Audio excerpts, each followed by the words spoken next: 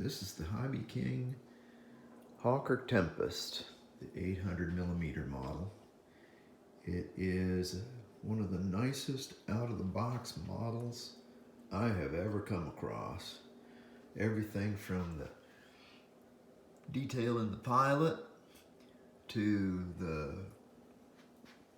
detail in the sheet metal, as well as all the whatever masking technology they're working with. Boy, the paint job on this thing is just as good as it gets.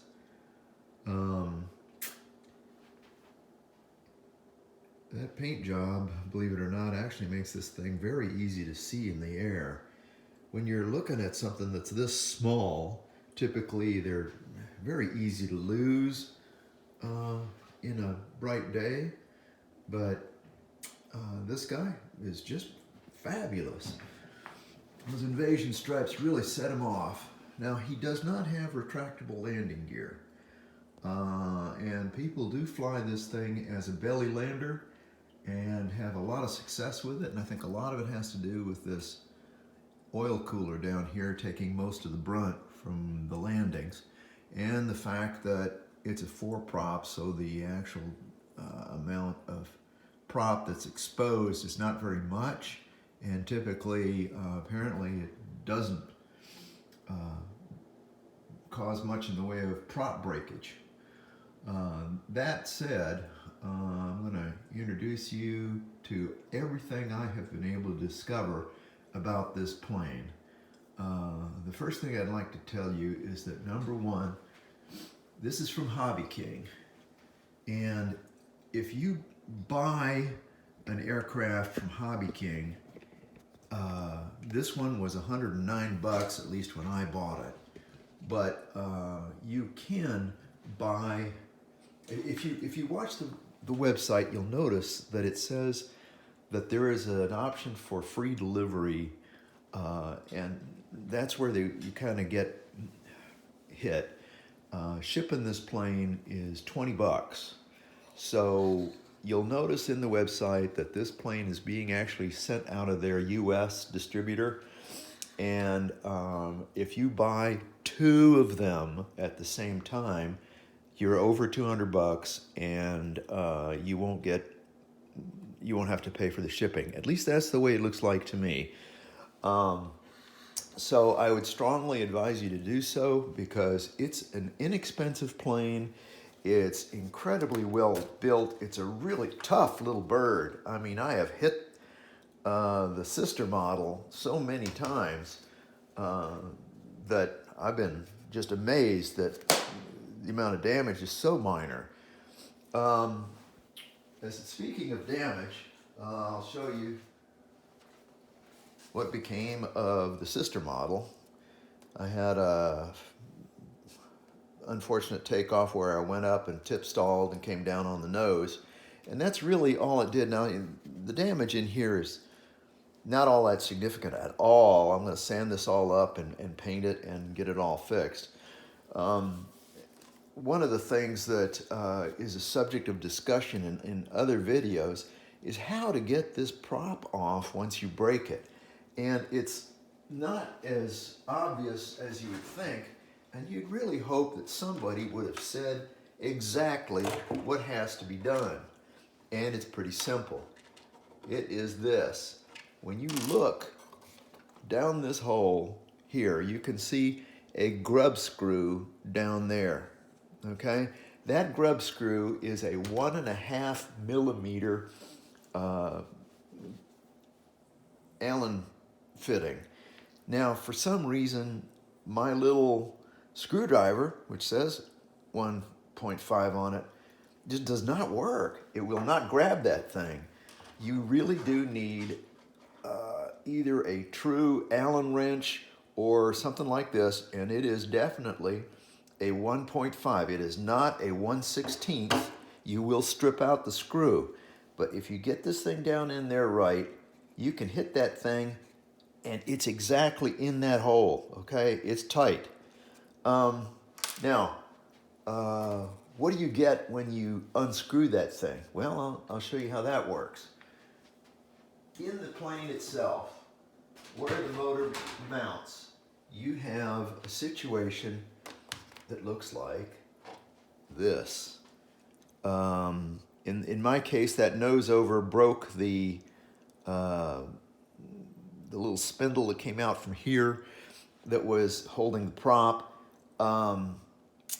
It sheared off right here, so unfortunately there's no way to weld or solder that thing back together.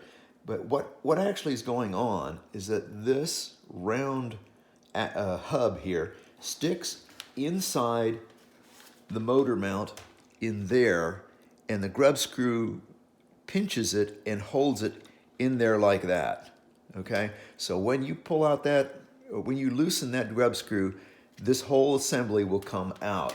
Once it's out, what you're actually faced with is the axle that went from the motor into the prop spinner goes into this nut, and then these screws come out and you get something that looks like that, okay? There's the rest of the, you can see how long that screw was, but it sheared off, and you know, I was faced with how do I fix that? And I came to the conclusion that there was no way to fix it. The only way around this was a new motor. And a new motor, including shipping, is like 33 bucks. And good luck getting it from China. It's probably gonna be a month or 6 weeks before a new one comes. So much for that. If you break off a prop or you want to replace the spinner or whatever, you know, that's what you're faced with. So it's a 1.5 millimeter, not a 16th. Absolutely not. So then, let's replace Mr. Bang Up with the fresh one.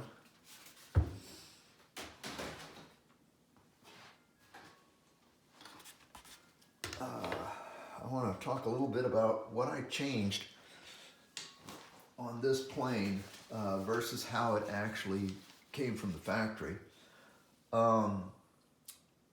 It's a great flyer. It can be flown very slowly. I think there's something about the way the dihedral works on these wings out like this. It's kind of like the Corsair.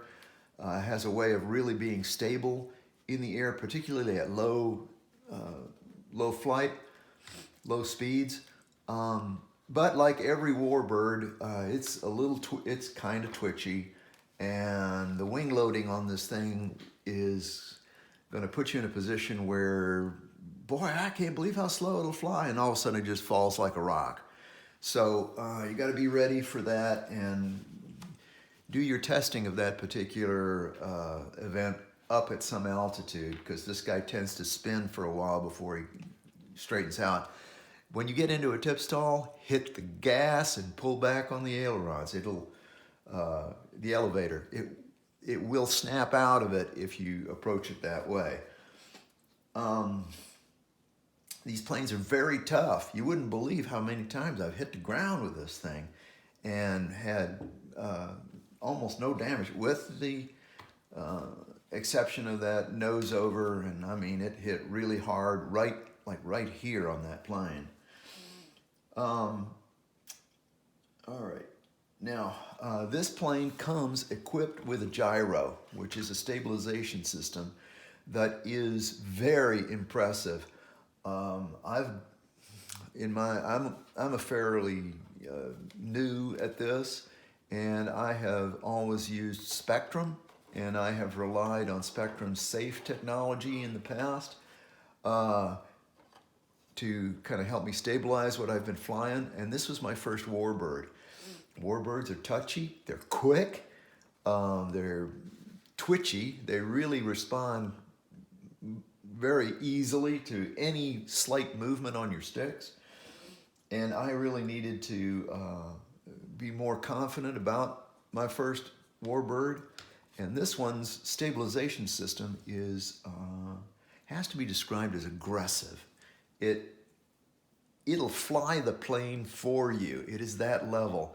Unfortunately, what that does is it'll make your turns. I mean, you need an acre to turn this thing when it's on its gyro. It really goes for a big flat turn. You can shorten it up some by adding some rudder, but the truth is that the gyro is, you know, if you're really worried about your first couple of maiden flight issues, just put that gyro on and fly it with that for a while until you get your trims all worked out and the plane is flying flat and level and you get some confidence. Then get it up on some altitude and click it off a safe or off of the gyro, and you'll be in for some fun. I mean, if you have more talent or more experience than I have, you'll do a lot better job than I did. But even at that, I really enjoy this plane. I rely on the gyro to help me get it up off the ground, and then I click out of it as soon as I gain any kind of altitude, and I can fly this thing quite well. One of the things I had to do is to set my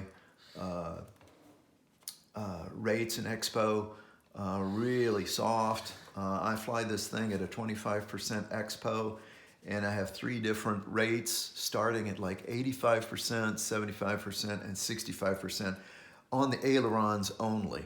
The rudder and the tail feather is so, you know, that's not really where your issues are going to be. Your issues are going to be with these ailerons way out here, because they are really, you know, they're on the very ends of the wing, so they have a lot of leverage and they can really twist this plane around. All right, one of the things I did was I replaced the wheels that came on the plane, which are these things, with Dubro low bounce wheels. In this case, it's a 2 1/4 inch wheel.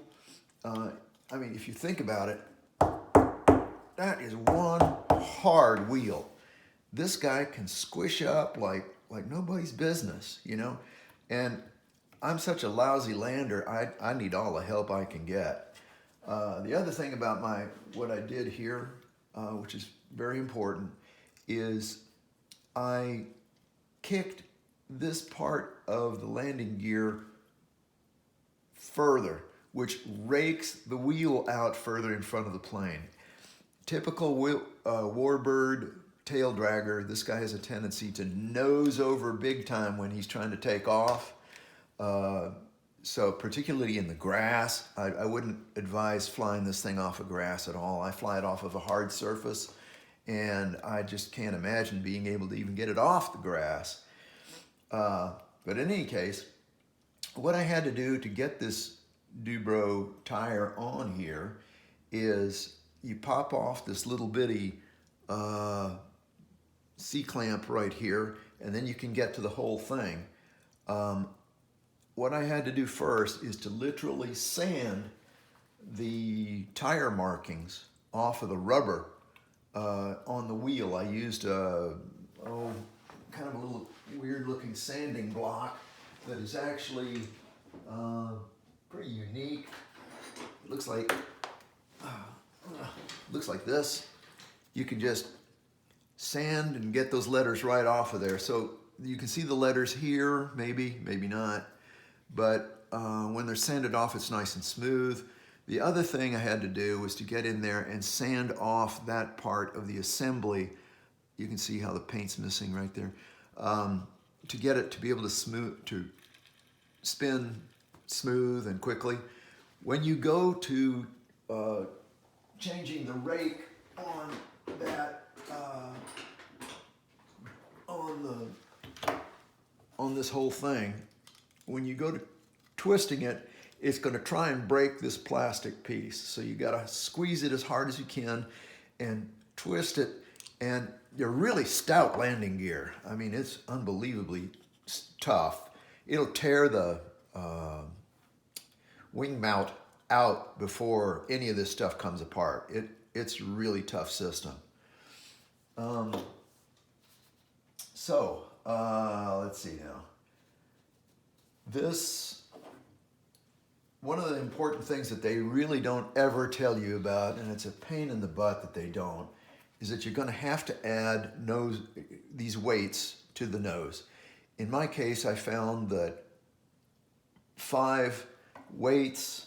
I'm not sure if that's going to show or not, but 5 of these little weights will work very well with the Nano-Tech 850 25 to 50 3-cell 11.1 battery. These batteries give you only 4.5 minutes of flight.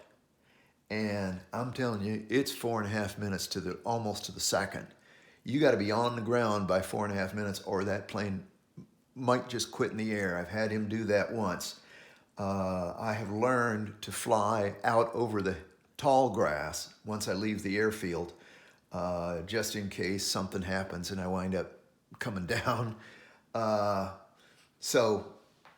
Be aware that 4.5 minutes is about all you're going to get out of these batteries. But they're cheap. They're like $8.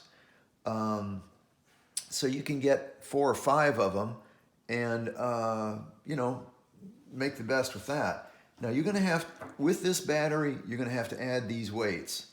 It turns out, and it took a lot of research to discover this, but there is a battery available from Banggood, which is a ZOP power 11.1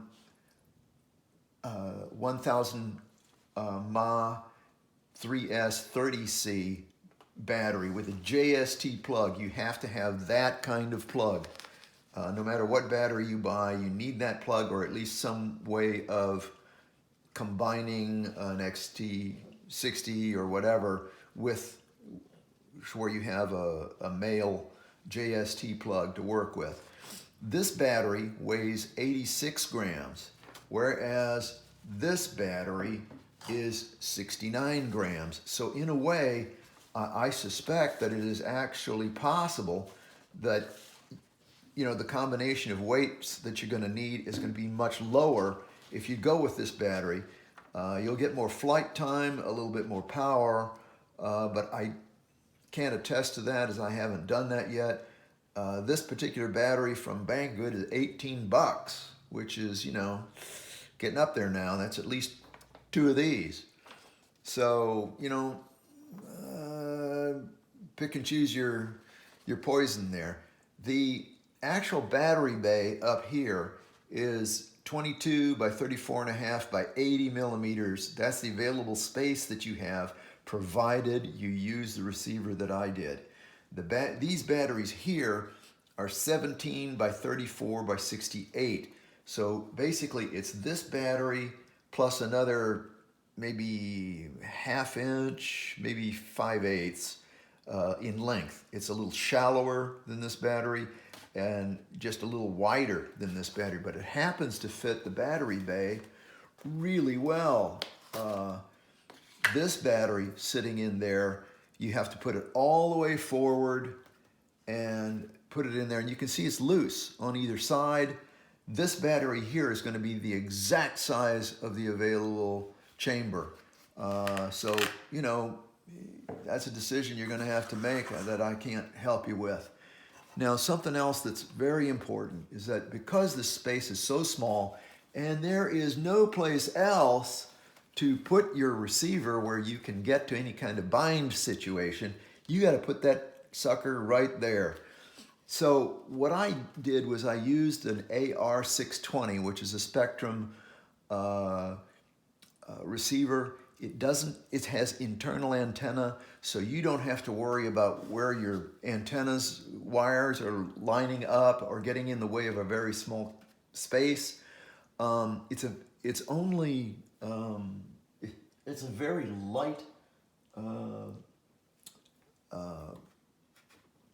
receiver. I think it's like 8 grams. It's like a little bit less than your servo. And you can reach the bind button, which is right there, quite simply and easily. By using such a small receiver, you have a much bigger battery bay. So that was my choice for receivers.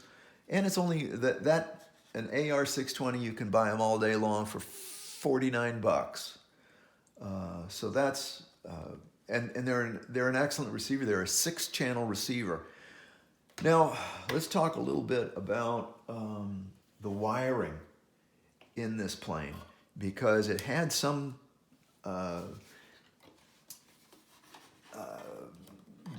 oddities about it that took me by surprise. I was kind of like, huh? But it's this. Those leads that are coming from the plane internal have to go in a particular order. And this is the AR620, the way you see it. The wires are coming in this way from the back side of the receiver, but you have to follow this particular order. Now these would be the poles that you would see in the end of the receiver like this, okay? There's your, I call them poles, whatever they are. In this case, when it comes out like this and you're putting the wires in, you leave the first one empty. That's a bind port, okay? Throttle goes in second, aileron next, elevator, rudder, and then the gyro, which they label as F mode for some reason, goes in that slot, and you leave the last slot empty. So obviously this receiver is a 6-channel receiver, which is really pretty cool. Now, the other oddball thing is that if you'll notice, you've got 3 vertical posts, all right? The top post is a signal post, the middle post is power, and the bottom post is ground, okay? And unfortunately, there is no common convention about your wiring color. It is either going to be this yellow, red, black, or white, red, black, okay? In either case, the lighter colored wire is the signal wire, and it always goes on top of a Spectrum receiver. It goes in that the top post, okay? In there like this. Now, what's odd about the wiring that's in this plane is at least one of the leads is just a single wire. And I looked at it, I was going like, huh? But when you start to think about it, the wire color is white. And so it made sense to just plug it into the top post, not in the middle or the bottom. And that all seemed to work out fine. Now, the other oddity is there's nothing in the instructions about how to access the gyro, okay? You load this thing up, you bind it, and you're going, well, now what? Well, the truth is that you automatically will have what Spectrum calls AS3X, which is a minute response in the ailerons and in the other surfaces to any kind of buffeting in the wind. It helps keep the plane just comfortably level. It doesn't like rock around when there's any wind. And this plane, by the way, does very well in wind. It's got a good strong motor, and it's very stable, and it'll handle, I call it quits at about 12 to 15 miles an hour worth of wind. I'm not comfortable with trying to land in that kind of wind, but you'll have that control. Now, oddly enough, it turns out that, in my case, gyro turned out to be on this switch, the C switch of a Spectrum transmitter. So even if you're using a different kind of transmitter, just keep poking around your various switches until you figure out which one it's on, because it will be already loaded on the transmitter. In my case, the gyro is on at 0. And although I have a 3-position switch, clicking off of it, you either have the gyro or you get it or you don't. Okay, so there's only beginner mode and expert mode, and even if you go back here, it's still expert mode. What is interesting is that the AS3X part is in all 3 positions. So you always fly with that, which I'm really pleased about. That's, you know, that was a feature I wasn't counting on. I mean, when you think about this plane as having a cost point of $109, and you recognize just how much is going on here. I mean, the quality of the, just how everything is done is just a beautiful job. I mean, the decals are perfect. It's really nice. I mean, you even get a pilot for all of that. In any case, where was I? Kind of lost my train of thought there.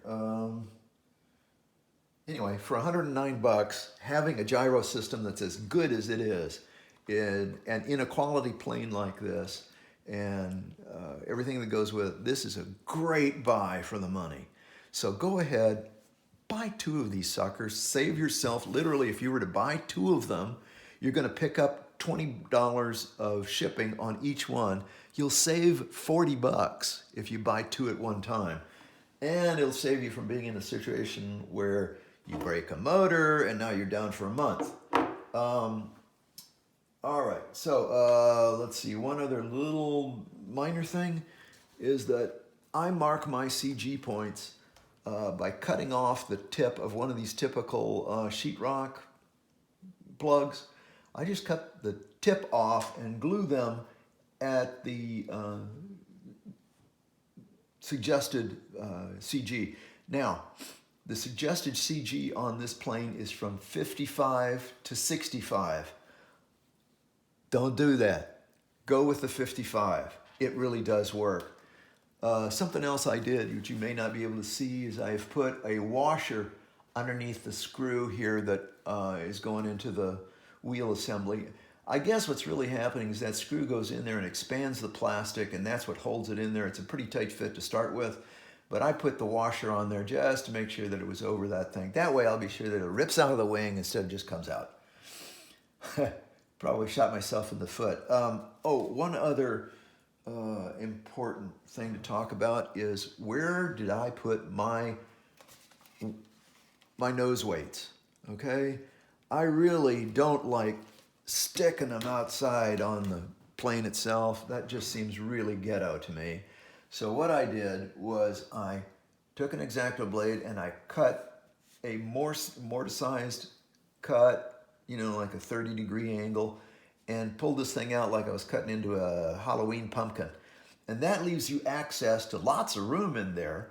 You can get your weights in and get them where they need to be, and then just glue that guy back in position, and it looks pretty good. In a way, it almost looks like that's just more of this kind of detail panel lines, and you know, so that way works out really well, particularly if you're deciding you're going to use this battery type, and that's it. The other thing that I did was I went ahead and I glued my wings on because in the number of crashes that I've had by hitting the tip stall or whatever, the wings kind of loosen up a little bit, and you know, maybe you're shedding some force by doing that, but I like it better when everything just stays stable. If you're going to glue in your elevator, you might as well glue in those wings. So that's my view on that thing. All right, what all have we talked about? Okay, now, quick items about how this plane flies. Use the gyro to take off. Put your stick at about 3/4 up and just gas it up fairly steadily and right up to the top. And it'll get up off the ground, run down the airfield, you know, and get up about 30 feet, and then you can just click it off and fly it just great, and do the reverse on the way back home. As you come in for your landings, you know, so far I haven't used the gyro, but I probably should have experimented with that. In any case, oh, and one other thing, this plane has a pretty strong twist to the left when it takes off. So really set your plane at about an angle, like a 30-degree angle on the runway, because he's going to wind up over here when he takes off. The torque off this engine is really enough to really twist the plane over. And we talked about my dual rates and the throttle. Oh, one other important safety tip. The throttle on this plane is not correctly set when it comes out of the box. What you're going to find is that the minute you bind it, it's bound, and you release your throttle cut, that prop starts right up. Now, it may not be enough for it to, certainly it's not enough for it to get off the ground, but it is enough to startle you if you're not ready for it. So what you need to do is to go into this setting here on the throttle and watch it in the little chart, and just keep ticking it down until it doesn't do anything. The prop doesn't spin when it's just sitting still. There is a point where it'll get that way, and then once you start to move, it'll spin up just fine. Remember that as you get ready to fly your plane, that you have to power up the motor for just a brief quarter of a throttle to get the gyro to arm and everything to stabilize. Lastly, talk a little bit about, I'm going to have to repair this other plane, and I'd like to talk a little bit about what I did. Now, in this case, I got a little bit of, not as much as you'd think given the force that was involved, but there's a little bit of crinkling in the fuse up here. And so I've sanded it first, and then I put that super light sandable spackling compound on it. It looks like this stuff here. And I will sand that, and then I will paint that. Now, in this particular airplane's case, the colors that I use came from Hobby Lobby, and they're like $1.40 a pop.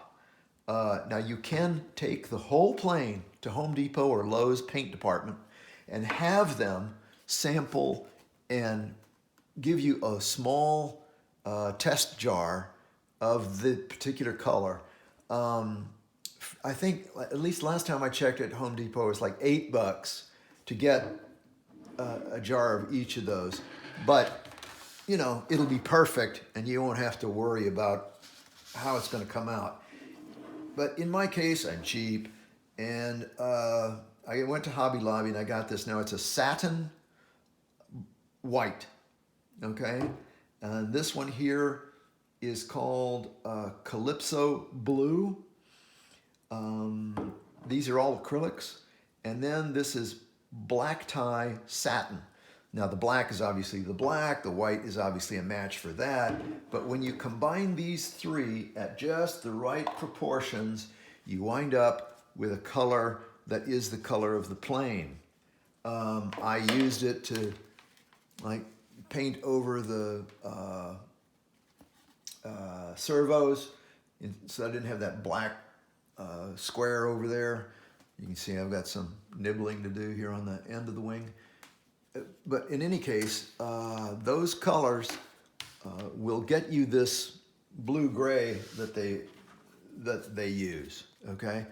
The green, on the other hand, is actually a combination of Hooker green, okay? Hooker's green hue, permanent. If you wind up getting this kind of color, I'm pretty sure it's going to be available in one of these things. I just had this, and you're going to need a little bit of burnt umber and a little bit of black to get the color down to that kind of darkish olive that is the plane. And remember that as you mix these acrylics, the color that you're going to be looking at on the plate is actually going to be lighter when you put it on the plane than the color below it. You're going to look at it and go, oh man, that's too light. But by the time it dries, acrylic paints darken and they go into this kind of satin kind of finish, which is just right dead on with the plane. Now something else had occurred to me. Oh yeah, this. Be very careful when you're first setting up your receiver. Yeah, here's that little couple of weirdos, okay? You know, just a single lead for the throttle and the aileron. I was looking at that and going, now what? But they're white because they are single, no, there's 3 of them. They are signal wires, so therefore they go in the top post.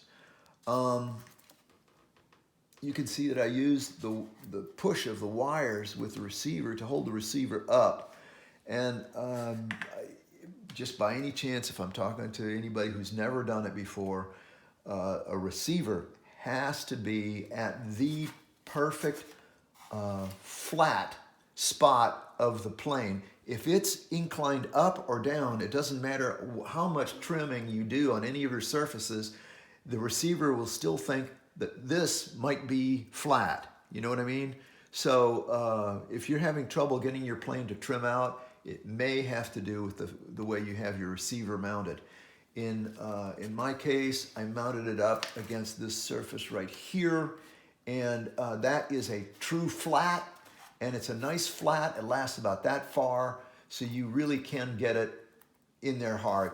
Now, if you go with a different, longer or different shape receiver, just make sure that you add an extension, maybe an extension about a 2-inch extension to the bind port so that you can always get to it. There's nothing worse than having to tear it out of the plane because you need to rebind it to a different transmitter or God knows what. So follow that one as well. The magnet in this canopy is perfect. It's got a lot of tongue to it, so it gets held in there very well. You don't have to worry about this thing popping off.